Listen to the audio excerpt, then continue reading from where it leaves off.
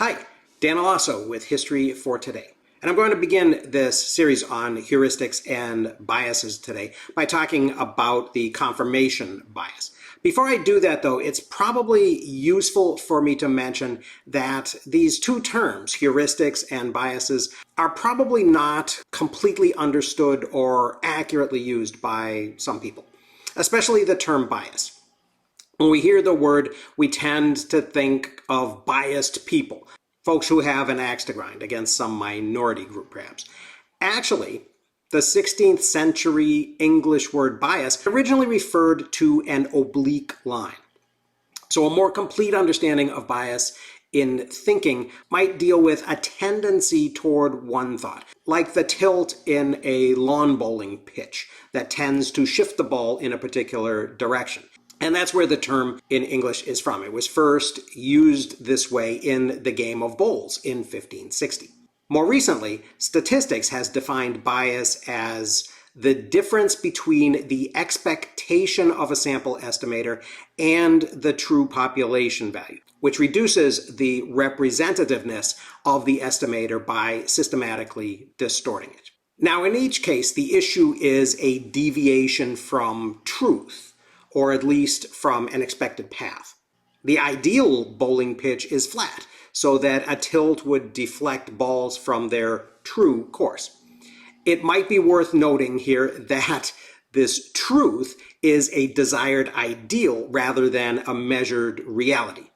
And in the sense that I mentioned earlier of biased people, this distinction probably applies too. We have an ideal in mind of how we'd like to see people behave toward each other. Something that tilts that behavior, a bias, is unwelcome, often even if it operates in a positive direction, because it breaks an expected symmetry. And a subtle bias can be even more problematic sometimes than a blatant axe to grind against certain people, because it's much more difficult to see and to adjust for. On the other hand, the unevenness of the bowling pitch, if it is the same for all the players, may be something that we can work with. And that's part of the point of this series.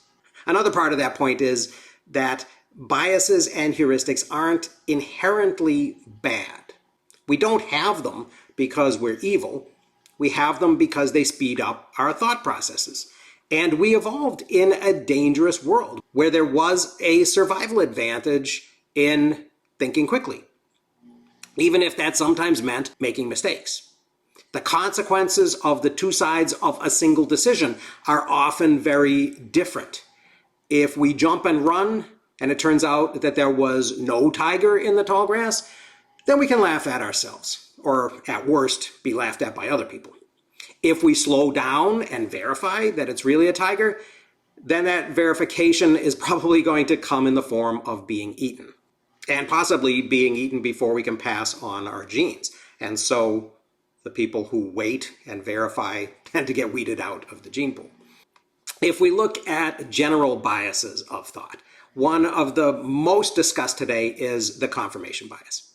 This is our tendency to search for and interpret and remember and believe information that lines up with our existing knowledge and beliefs.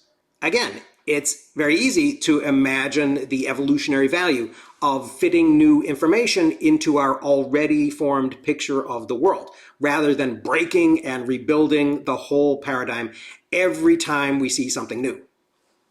On the other hand, this can make us overconfident in our worldview if we deliberately seek confirming evidence and avoid difficult, disconfirming exceptions to the rule.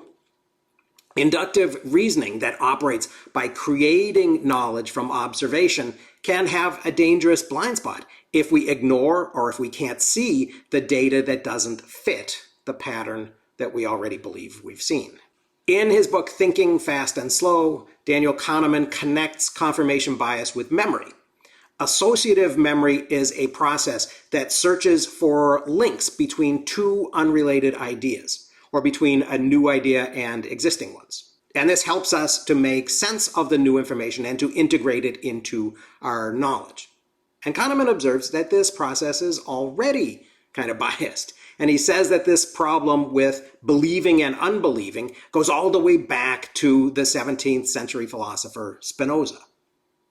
If we're asked, is Sam friendly, Kahneman says, associative memory will immediately provide us with remembered instances of Sam being friendly. If we're asked, is Sam unfriendly, we'll tend to remember instances that confirm that description. This may seem like a trivial issue, but it has been linked to belief perseverance, where we tend to hang on to our beliefs even after they've been proven false, and also to the primacy effect, where we tend to believe and rely more heavily on information that we obtain earlier in the process rather than later. In today's world, confirmation bias plays a big part in the creation of filter bubbles in social media. And in this case, the technology actually reinforces the most problematic part of the bias.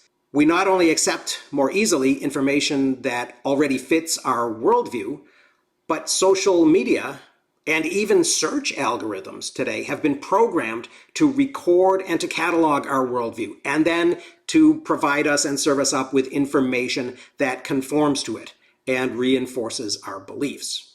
The algorithms aren't doing this to be evil. They're doing it to maximize the time that people spend looking at their content, because that's how they get paid. And of course, there are billions of dollars in play. Since psychology suggests that confirmation bias is already strongest for desired outcomes regarding emotionally charged issues, this is especially troubling in politically oriented social media. Over the past 4 years or so especially, a frequent refrain in the media has been, you're entitled to your own interpretation, but not to your own facts. And this has typically been the response of pundits who consider themselves to have a leg up on the ignorant mobs that they perceive their opponents to be a lot of the time. Increasingly, though, each opponent draws on a different set of facts, cherry-picked using algorithmically enhanced confirmation bias, resulting in each side believing that the other one is either completely detached from reality or evil or both. The Greek historian of the ancient world, Thucydides, said, "It is a habit of mankind to entrust to careless hope what they long for, and to use sovereign reason to thrust aside what they do not fancy." Our easy acceptance of information that confirms and our resistance of disconfirmatory counter-evidence may be the best argument for freedom of speech and an open forum for debate. If we're hanging on to our own beliefs even a little, we might really benefit a whole lot from talking to other folks who are also hanging on to their different worldviews. So in the future, on a weekly basis, I will look at additional biases and heuristics that affect our thinking. In the meantime, I hope this has been a little bit interesting. Thanks for listening. I'll see you again